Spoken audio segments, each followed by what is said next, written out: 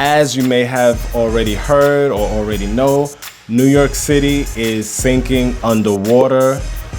According to a study that was published in Earth's Future, the city's buildings are like really dragging this island underwater, adding up to more than 760 million tons, causing the city to sink about 1 to 2 millimeters a year, which is a tragedy. A tragic thing to kind of hear, you know what I'm saying?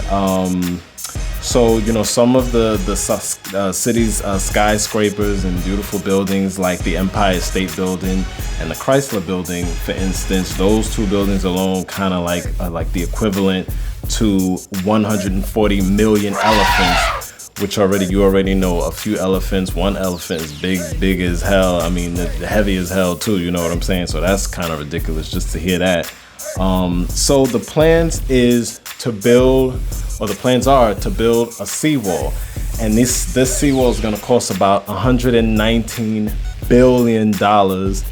I don't know where they're going to get the money for that, but I just have a feeling, me being a New Yorker, that New Yorkers, we're going to have to pay for this wall.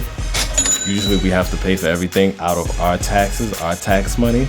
I think it's going to be New York and New Jersey residents as well.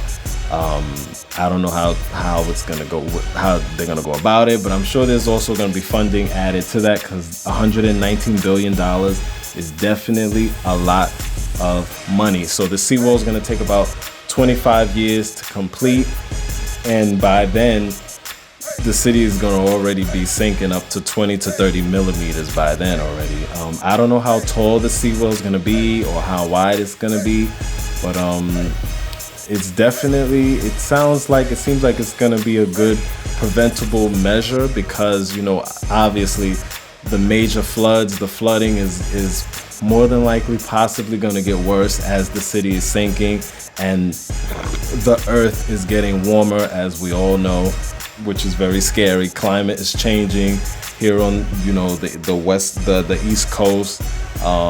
In New York City, the weather looks so weird. We've had like one of the hottest days recorded in July 4th, July 3rd, and July 4th. One of the hottest days recorded in history, which is kind of ridiculous. But, you know, that's a part of climate change. That's also a part of what's going on with, you know, our world. You know what I'm saying? It's very scary, but it's a real thing.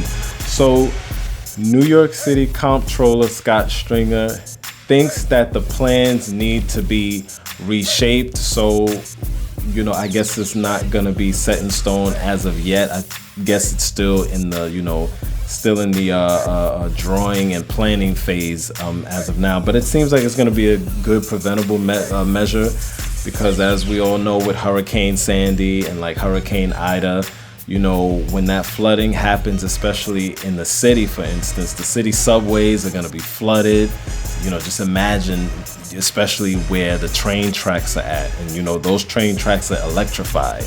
You know, imagine that flooding, and people are in the water at the same time. People are gonna get electrocuted and drown, you know, so it's just a terrible thing. But I guess this is gonna be a way to combat the city sinking, is the seawall.